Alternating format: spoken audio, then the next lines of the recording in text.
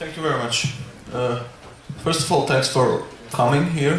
Thanks for your time in advance. My name is Gencoglu. I'm a machine learning researcher from Tampere University of Technology.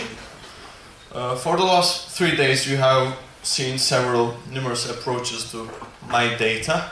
And in this session, I will approach to my data from a machine learning and artificial intelligence point of view, because that's my expertise. So this will be my storyline. So there are lots of buzzwords, machine learning, AI. I will quickly sort of define them so that it's clear for everyone, just in case. Then I will show some recent cool highlights in machine learning research. Then I will go to the core component of my presentation, which is how does actually these black magic algorithms work, and what are the core concepts of these algorithms, and what are the core concepts of data and the nature of things, basically, in the universe. Then I will move on to, of course, the consequences of these inevitable stuff. Then, hopefully, we have some solutions altogether to these problems.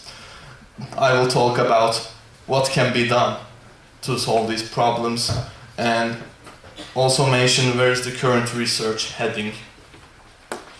Okay, let's start with some terminology. This is the Google trends of machine learning, artificial intelligence, and big data searches. For the last few years, it's been gone quite up. So basically, I haven't even written the thing because that doesn't make sense, but machine learning, you can say that it's a field of computer science, subfield of computer science, which deals with algorithms so that computers can learn without explicitly being programmed, okay? So it's related to algorithms part of things. Then AI is this buzzword for more generic terms. So let's say you have a robot, including hardware and everything, it's an AI. So it's more like an everyday word, okay? Let's see some recent highlights in machine learning research. So this is called image captioning, quite new research. Basically, you train your algorithms, neural network algorithms, so that you input an image and the computer literally writes those descriptions. Man in black shirt is playing the guitar. This is generated by AI. Girl in pink dress is jumping in air. Black and white dog jumps over the bar. This is happening. Some other interesting research, you take a picture of, well, you went to holiday, then you want the machine learning algorithm to paint the picture again with some other style. Let's say Van Gogh's Starry Night here. Or Scream. This had lots of publicity recently. Of course, machine translation is a big topic. It's not new, but it has increased its accuracy quite a lot. So you give in French and you get out Chinese or English or whatever. Probably you heard about AlphaGo, who beat the best Go player in the world, 4-1. It won 4 matches.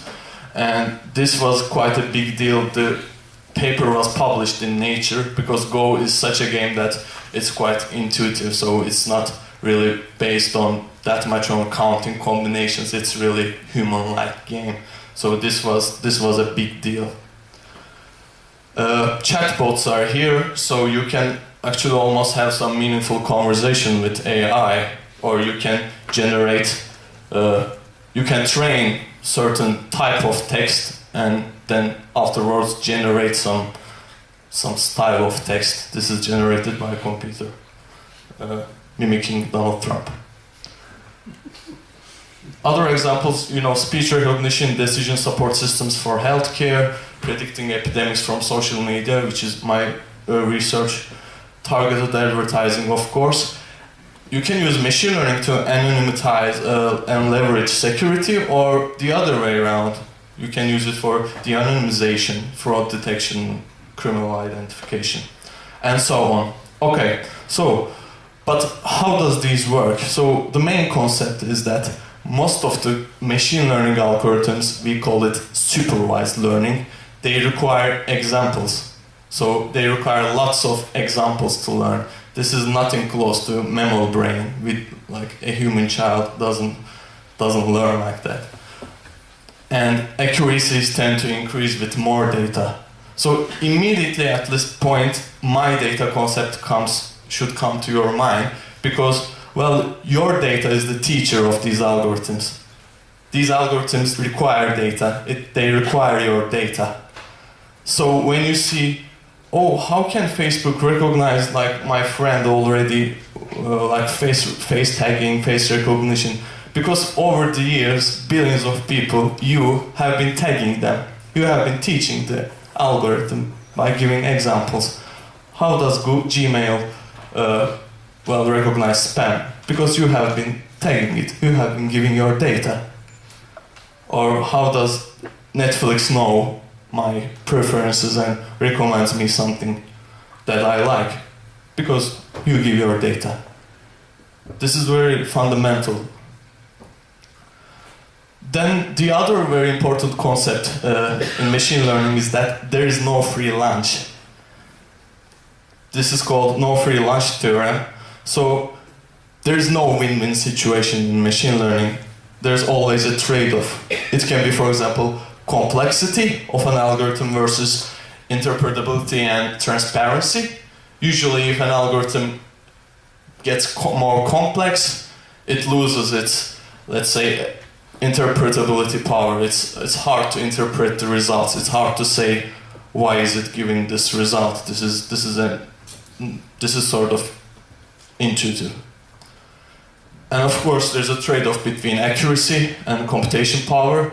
If you want really high accuracy, you put in lots of data, and it maybe requires a cluster of computers, and there's always a trade-off. Specificity versus sensitivity, bias versus variance. These are other examples, and there are many more. There's always a trade-off. And let's move on to the other core component of a machine learning pipeline, which is the data. So there are some inevitable nature of, well, things.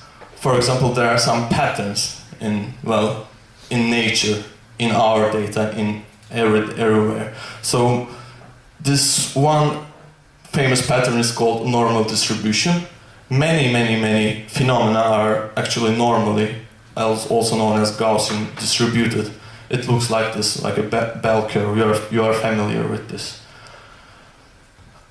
For example, velocity of molecules in a gas, human height, monthly rainfall, stock return volatility from stock market. Quite frankly, I have no idea what stock return volatility is, but it's Gaussian. That's my point. And this is due to central limit theorem. It's a mathematical theorem. Basically, it says that if there's a phenomena which depends on many parameters, if it's sum of many parameters, it just tends to be Gaussian. It's converse to Gaussian, converse to normal distribution. For example, human height, there are maybe millions of parameters affecting your height, your genes, your, what you eat, the pollution level, your psychology, anything. So there are so many parameters affecting it. So the human height distribution, or human IQ, or whatever, is always Gaussian. So why am I telling this? Because in these sort of patterns, it doesn't have to be always normal distribution, but there are some patterns in nature. There are some consequences, meaning that there will be outliers, anomalies, also underrepresented groups and subsets. You just deal with it, okay? This is how it works. Then compare, like when we have two things now. Machine learning algorithms require examples, and data it's quite natural that some groups are underrepresented or there are anomalies in data. That's how nature works, okay? So we have supervised algorithms which require data, and if you feed these algorithms with biased data, you get biased algorithms, unfortunately. Let's get some ugly examples. There's a well-known fact that Google's algorithms tend to show actually prestigious job ads more to men compared to women. Or Google image search for the word CEO produced 11% women results, even though the actual ratio of women CEO in USA is higher, much higher. So if the training data has some bias in it, it will reflect on your results. Okay? This is very significant.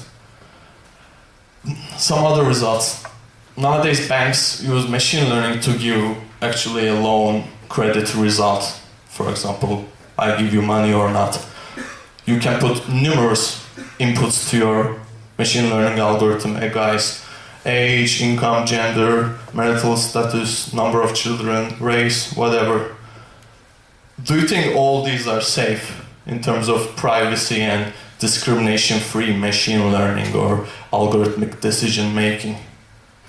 I don't think so. Do you need this? Do you need gender? Do you need race? Is it relevant to give someone some money? It's not. So you shouldn't put these in your algorithms as attributes. But what else? Do you see there? You see there can be even more complex problems. Maybe you wouldn't think in the beginning like the location in the city that where you live is that related, but it's quite possible that some district of the city can be favored by certain racial groups. So basically you have this information compressed or available in this variable indirectly, right? You may have. So basically bias can be transferred with correlated variables if you keep this attribute. So well, it's complex, so it's not that simple. So what can be done? Well, basically, this is sort of an emerging research area. People try to work on bias-free machine learning algorithms and discrimination-free machine learning algorithms. So this can be done with various ways. You can do different pre-processing, different sampling of data groups and categories, or you can give different constraints on your optimization. Instead of only accuracy, you can give extra constraints. But this should be encouraged for sure.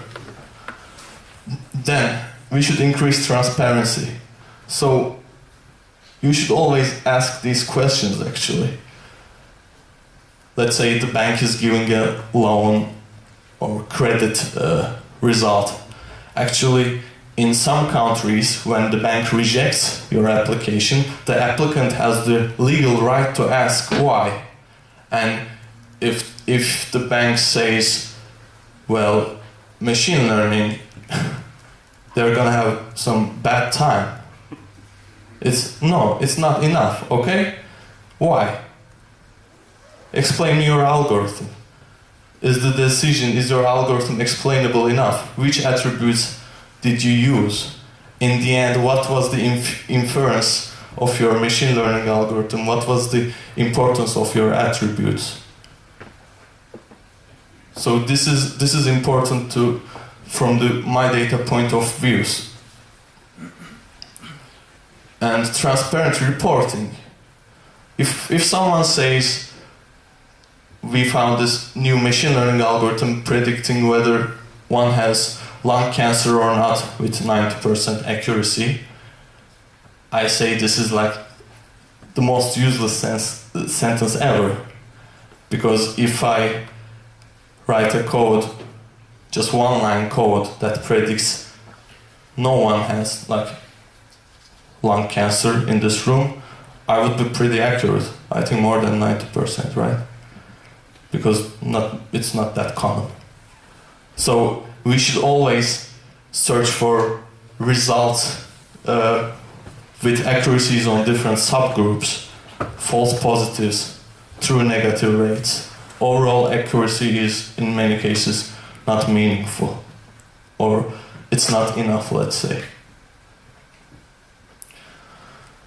Where are we heading with the current research? Unfortunately, this is sort of bad news, because nowadays black box models, deep learning neural networks are really hot, and these models are quite complex and let's say hard to explain.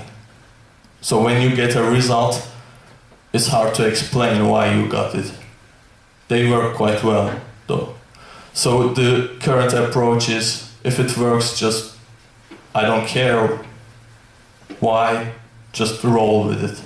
But when it doesn't work, you may have some troubles, legal troubles. So in conclusion, there's two things that you should get from this.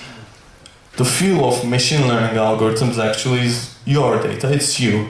So nowadays big companies tend to open their image recognition algorithms, Microsoft, Google. It doesn't matter that much. It's of course better than nothing, because they have billions of data which they don't open. So this is sort of a publicity trick that they do. And the second one is to get this research and business and legal side more open, transparent, bias and discrimination free, we have to increase the awareness. You just have to ask whenever a company makes a decision out of your data, how did you do it?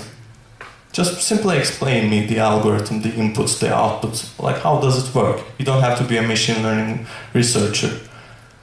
If we ask these questions, we increase the awareness and we push the whole ecosystem towards transparent machine learning. Thank you very much.